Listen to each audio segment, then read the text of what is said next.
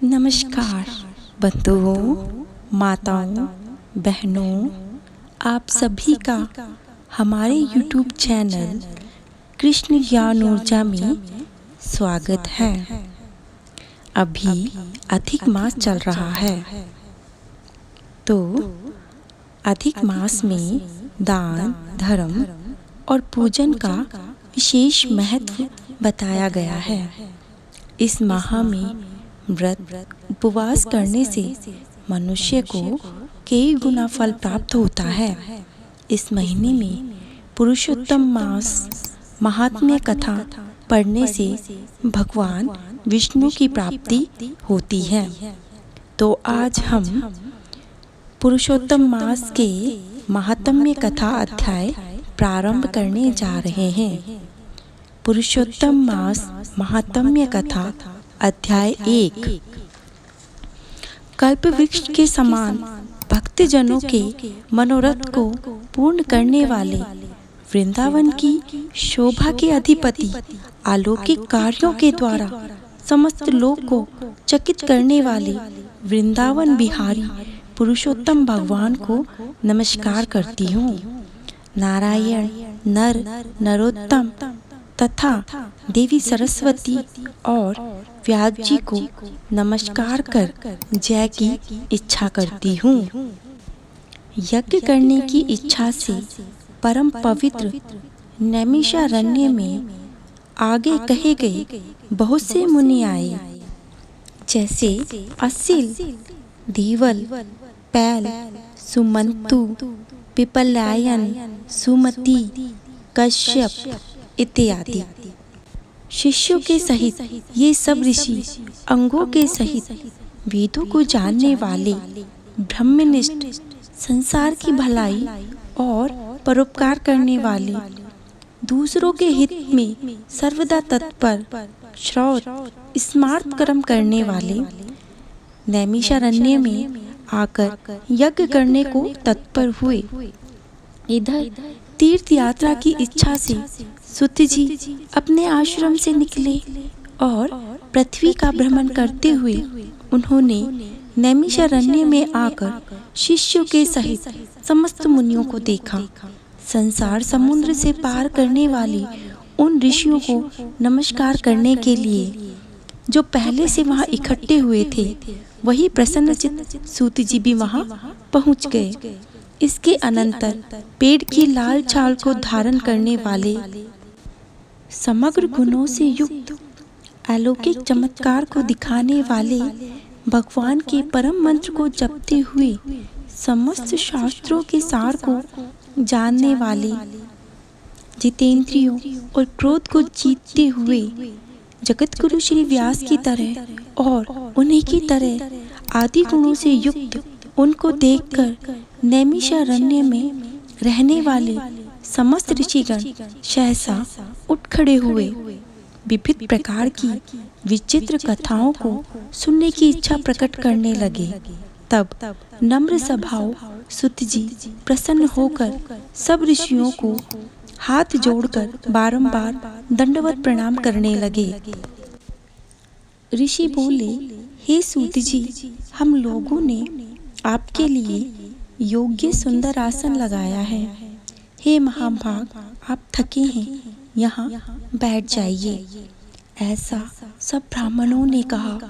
इस प्रकार बैठने के लिए कहकर जब सब तपस्वी और समस्त जनता बैठ गई, तब विनय पूर्वक तपोवृत समस्त मुनियों से बैठने की अनुमति लेकर प्रसन्न होकर आसन पर सूत जी बैठ गए। तदंतर सूत जी को सुखपूर्वक बैठे हुए और श्रम रहित देखकर पुण्य कथाओं को सुनने की इच्छा करने वाले समस्त ऋषिगण बोले, हे सूत जी, हे महाभाग, आप भाग्यवान हैं। भगवान व्यास के वचनों को, हार्दिक अभिप्राय को गुरु की कृपा से आप जानते हैं। क्या आप सुखी हो? आज आप बहुत दिनों के बाद कैसे इस वन में पधारे? आप प्रशंसा के पात्र हैं। हे व्यास शिरोमणि, आप पूज्य हैं। इस असार संसार में सुनने योग्य हजारों विषय हैं, पर उनमें श्रेय कर थोड़ा सा और सारभूत जो हो हम लोगों से कहिए। हे महाभाग, संसार समुद्र में डूबते हुओं को पार करने वाला और शुभ फल देने वाला आपके मन में निश्चित विषय जो हो हम लोगों से कहिए। हे अज्ञान रूप अंधकार से अंधे हुओं को ज्ञान रूप चक्षु देने वाले, भगवान के लीला रूप से रस से युक्त परमानंद का कारण संसार रूपी रोग को दूर करने के रसायन के समान जो कथा का सार है वह शीघ्र ही कहिए। इस प्रकार शौनकादिक ऋषियों के पूछने पर हाथ जोड़कर सुत जी ने कहा, हे समस्त मुनियों, मेरी कही हुई सुंदर कथा को आप लोग सुनिए। हे विप्रो, पहले मैं पुष्कर तीर्थ को गया। वहाँ स्नान करके पवित्र ऋषियों, देवताओं और पितरों को तर्पण आदि से तृप्त करके तथा समस्त प्रतिबंधों को दूर करने वाली यमुना के तट पर गया। फिर क्रम से अन्य तीर्थों को जाकर गंगा तट पर गया। पुनः काशी आकर अनंतर गया तीर्थ पर गया। पितरों का श्राद्ध करके त्रिवेणी पर गया। तदंतर कृष्णा के बाद गंडकी में स्नान करके पुलहा ऋषि के आश्रम में गया। धेनुमती में स्नान कर फिर सरस्वती के तीर पर गया। वहाँ हे विप्रो, त्रिरात्रि उपवास कर गोदावरी गया। फिर कृतमाला ऐसे घूमते हुए बहुत तीर्थों को जाते हुए कुरुक्षेत्र जांगल देश में घूमते फिरते फिर मैं हस्तिनापुर गया। हे द्विजों, यहाँ यह सुना कि राजा परीक्षित राज्य को त्याग कर बहुत ऋषियों के साथ परम पुण्यप्रद गंगा तीर गए हैं और उस गंगा तट पर बहुत से सिद्धि हैं, भूषण हैं, जिनका ऐसे योगी लोग और देवर्षि वहाँ पर आए हैं। उनमें कोई निराहार, कोई वायु भक्षण कर, कोई जल पीकर, कोई पत्ते खाकर, कोई श्वास को ही आहार कर, कोई फलाहार का और कोई ना कोई फैन का आहार कर रहे हैं। हे द्विजों, उस समाज में कुछ पूछने की इच्छा से हम भी गए। वहाँ ब्रह्मस्वरूप भगवान महामुनि व्यास के पुत्र, बड़े तेज वाले, बड़े प्रतापी श्री कृष्ण के चरण कमलों को मन में धारण किए हुए श्री सुखदेव जी भी आए थे।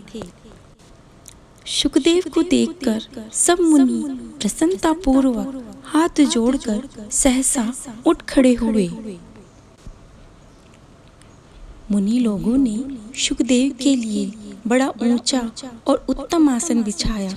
उस आसन पर बैठे हुए भगवान शुक्र को कमल की कर्णिका को जैसे कमल के पत्ते घेरे रहते हैं, उसी प्रकार मुनि लोग उनको घेरकर बैठ गए। यहाँ बैठे हुए ज्ञान रूप महासागर के चंद्रमा भगवान महामुनि व्यास जी के पुत्र सुखदेव ब्राह्मणों के द्वारा की गई पूजा को धारण कर तारा गुणों से घिरे हुए चंद्रमा की तरह शोभा पा रहे थे। इति बृहन्नारदीय श्री पुरुषोत्तम मास महात्म्य प्रथम अध्याय। जय श्री हरि। पुरुषोत्तम मास महात्म्य द्वितीय अध्याय प्रारंभ।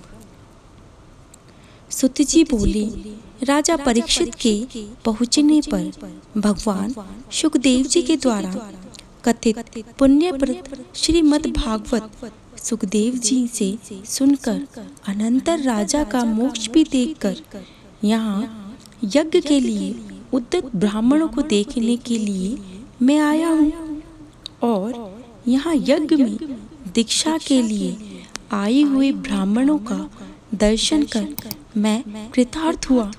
ऋषि बोले, हे साधु, अन्य विषयों की बातों को सुनकर भगवान कृष्ण द्वैपायन के प्रसाद से उनके मुख से जो आपने सुना वह अपूर्ण विषय है। आप हम लोगों से कहिए, हे महाभाग, संसार में जिसने परे कोई सार नहीं है, ऐसी मन को प्रसन्न करने वाली और जो सुधा से भी अधिकतर हितकर है, ऐसी पुण्य कथा हम लोगों को सुनाइए। सुत जी बोले, विलोम उत्पन्न होने पर भी मैं धन्य हूँ, जो श्रेष्ठ पुरुष होने पर भी आप लोग मुझसे पूछ रहे हैं। भगवान व्यास के मुख से जो कुछ सुना है वह यथा ज्ञान से कहता हूँ।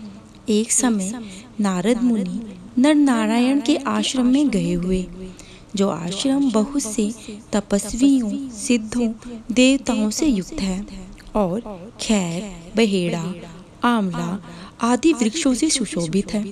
भगवान विष्णु के चरणों से निकली हुई पवित्र गंगा और अलकनंदा भी यहाँ बह रही थी। ऐसे नर नारायण के स्थान में श्री नारद मुनि ने जाकर महामुनि नारायण को प्रणाम किया और परब्रह्म की चिंता में लगा हुआ है। मन जिसका ऐसे जितेंद्रिय, काम, क्रोध आदि छह शत्रुओं को जीतते हुए निर्मल चमक रही है। अत्यंत प्रभा जिनके शरीर में, ऐसे देवताओं के भी देव तपस्वी नारायण को साष्टांग दंडवत प्रणाम कर और हाथ जोड़कर नारद मुनि व्यापक प्रभु की स्तुति करने लगे। नारद जी बोले, हे देव देव जय जगन्नाथ, हे कृपा सागर सत्यपते, आप ही सत्य ब्रह्म हैं, त्रिसत्य हो, सत्य आत्मा हो और सत्य संभव हो। आपको नमस्कार है। मैं आपकी शरण में आया हूँ।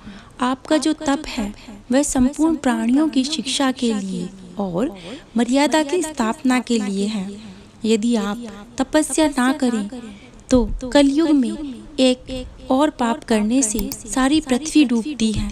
वैसे ही एक के पुण्य करने से सारी पृथ्वी तरती है। इसमें तनिक भी संशय नहीं है। पहले सतयुग आदि में जैसे एक पाप करता था तो सभी पापी हो जाते थे, ऐसी स्थिति हटाकर कलयुग में केवल कर्ता ही पापों से लिप्त होता है। वह आपके तप की स्थिति है। हे भगवान, कलयुग में जितने प्राणी हैं सब विषयों में आसक्त हैं। स्त्री पुरुष ग्रह में लगा है। चित्त जिनका ऐसे प्राणियों का हित करने वाला जो हो और मेरा भी थोड़ा कल्याण हो सके, ऐसा विषय सोचकर आपका कहने के योग्य है। आपके मुख से सुनने की इच्छा से मैं ब्रह्मलोक से आया हूँ।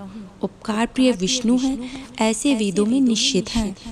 इसीलिए लोक उपकार के लिए कथा का सार इस समय आप सुनाइए, जिसके श्रवण मात्र से निर्भय मोक्ष पद की प्राप्ति होती है।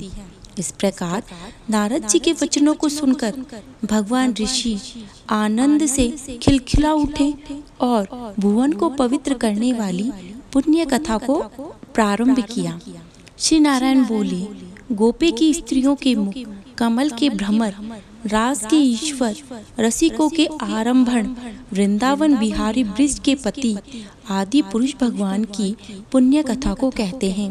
हे नारद, आप सुनो, जो निमित्त मात्र समय में जगत को उत्पन्न करने वाले हैं, उनके कर्मों को हे वश से इस पृथ्वी पर कौन वर्णन कर सकता है। हे नारद मुनि, आप भी भगवान के चरित्र का सार जानते हैं और यह भी जानते हैं कि भगवान चरित्रवाणी के द्वारा नहीं कहा जा सकता। यद्यपि अद्भुत पुरुषोत्तम महात्म्य आदर से कहते हैं, यह पुरुषोत्तम महात्म्य दरिद्रता और वैधव्य का नाश करने वाला, यश का दाता, सत्पुत्र और मोक्ष को देने वाला है। अतः शीघ्र ही इसका प्रयोग करना चाहिए। नारद जी बोले, हे मुने, पुरुषोत्तम नामक देव कौन था? उसका महात्म्य क्या है? यह अद्भुत सा प्रतीत होता है, अतः आप मुझे विस्तार पूर्वक कहिए। सुत जी बोले, श्री नारद का वचन सुनकर नारायण छत्रमात पुरुषोत्तम में अच्छी तरह मन लगाकर बोले।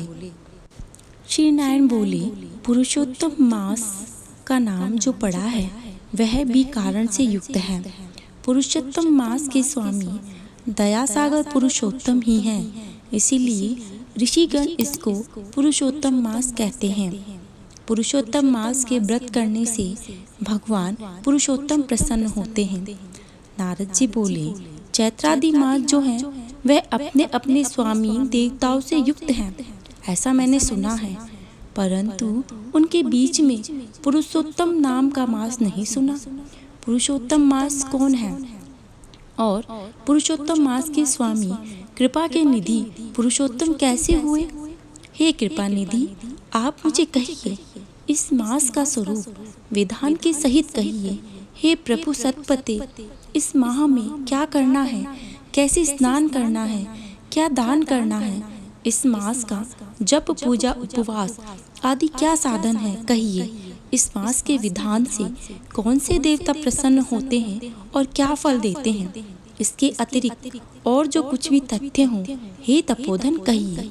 साधु दोनों के ऊपर कृपा करने वाले होते हैं, वह बिना पूछे कृपा करके सदुपदेश दिया करते हैं।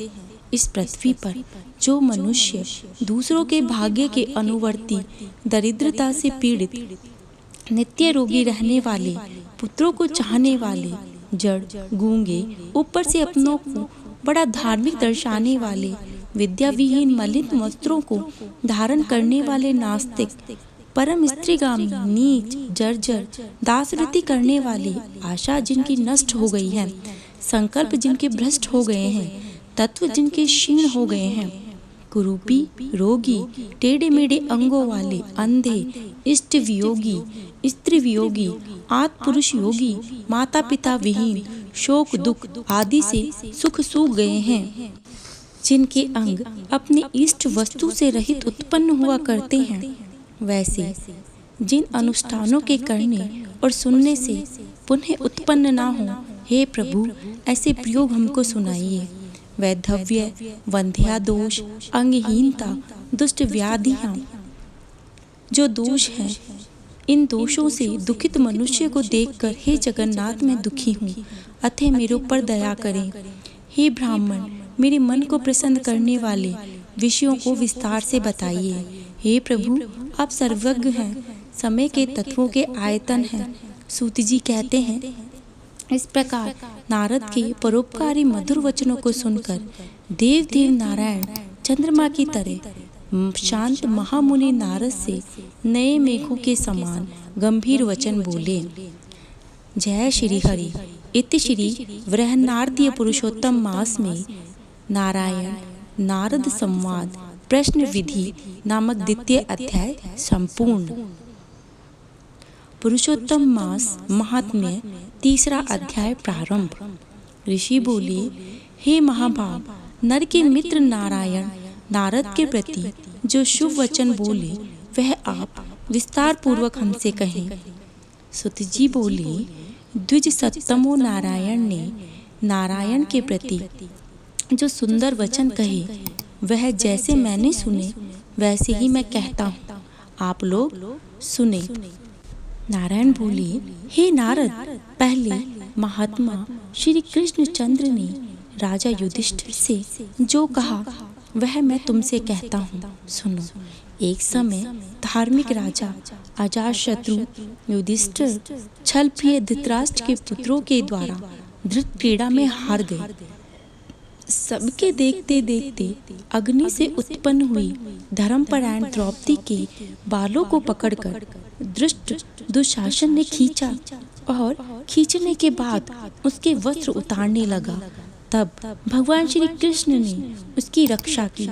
पीछे पांडव राज्य को त्याग कर काम्यक वन चले गए। वहाँ अत्यंत कलेश से युक्त वे वन के फलों को खाकर जीवन बिताने लगे।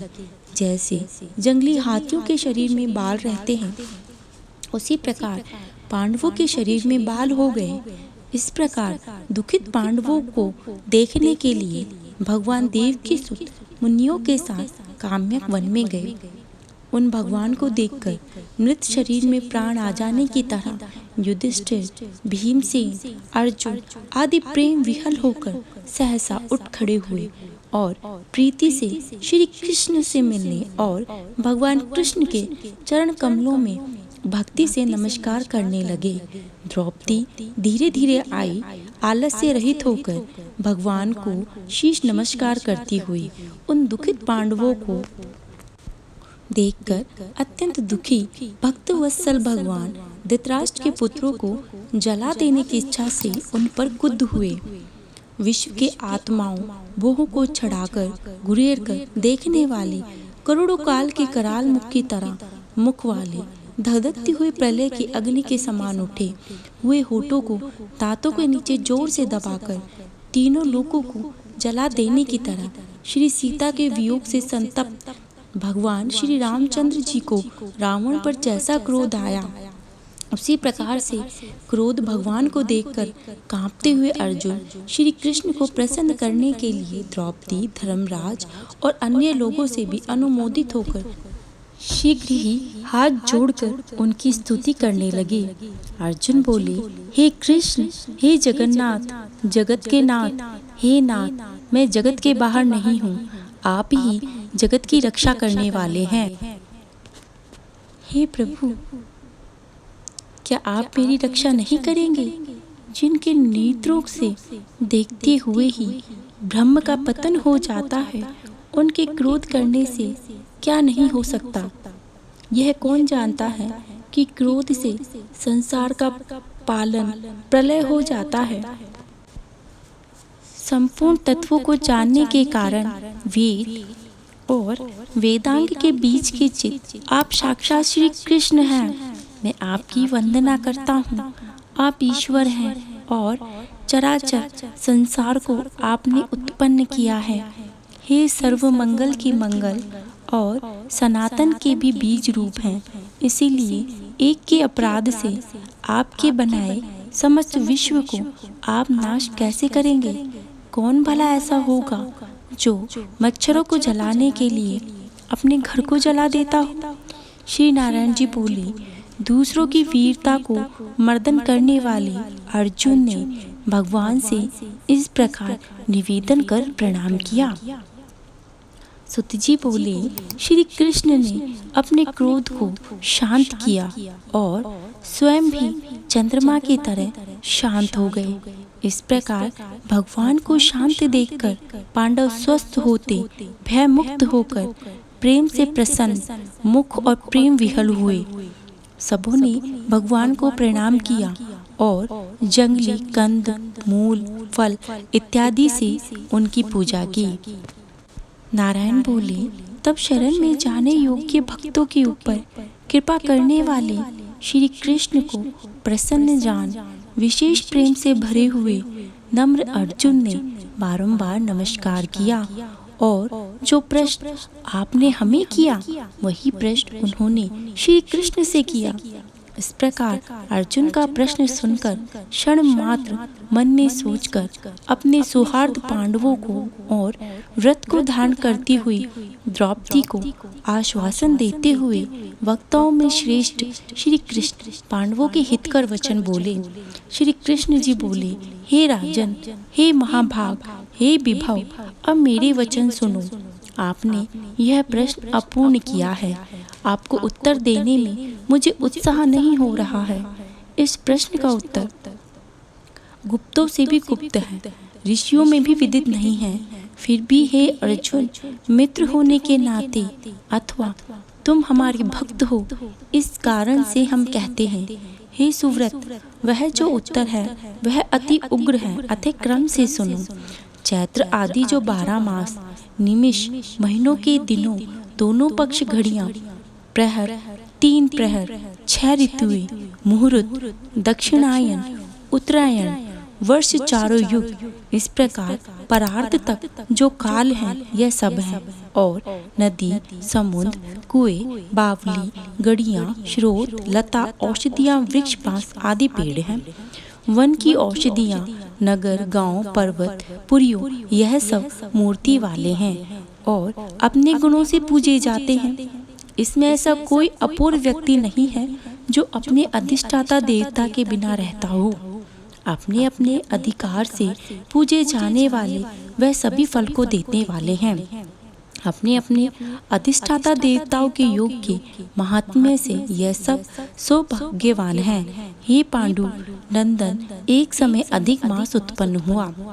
उस उत्पन्न हुए असहाय निदित मास को सब लोग बोले कि यह मलमास सूर्य की संक्रांति से रहित है, अतः पूजने योग्य नहीं है।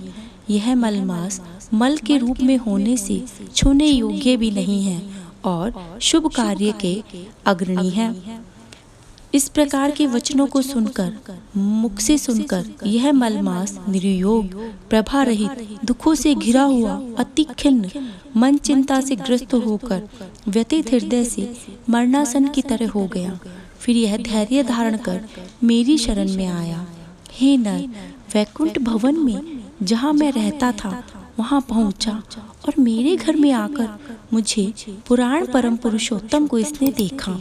उस समय अमूल्य रत्नों से जड़ित स्वर्ण के सिंहासन पर बैठे मुझको देखकर यह भूमि पर साष्टांग दंडवत हाथ कर जोड़कर नेत्रों में बारंबार आंसुओं की धारा बहती हुई धैर्य धारण कर गदगद वाणी से बोला।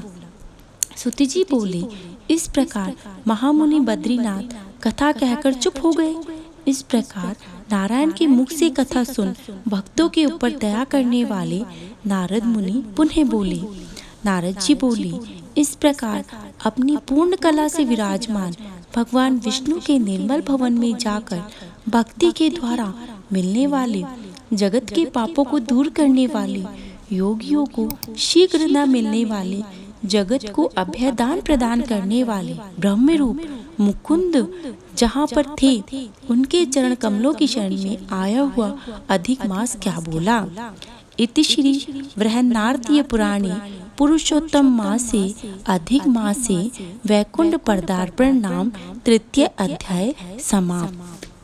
बंधुओं, आगे के अध्याय हम आपको कल सुनाएंगे। जय श्री हरि। विष्णु भगवान आप सभी को स्वस्थ रखे और आप सबकी सारी मनोकामनाएं पूर्ण करे। राधे राधे।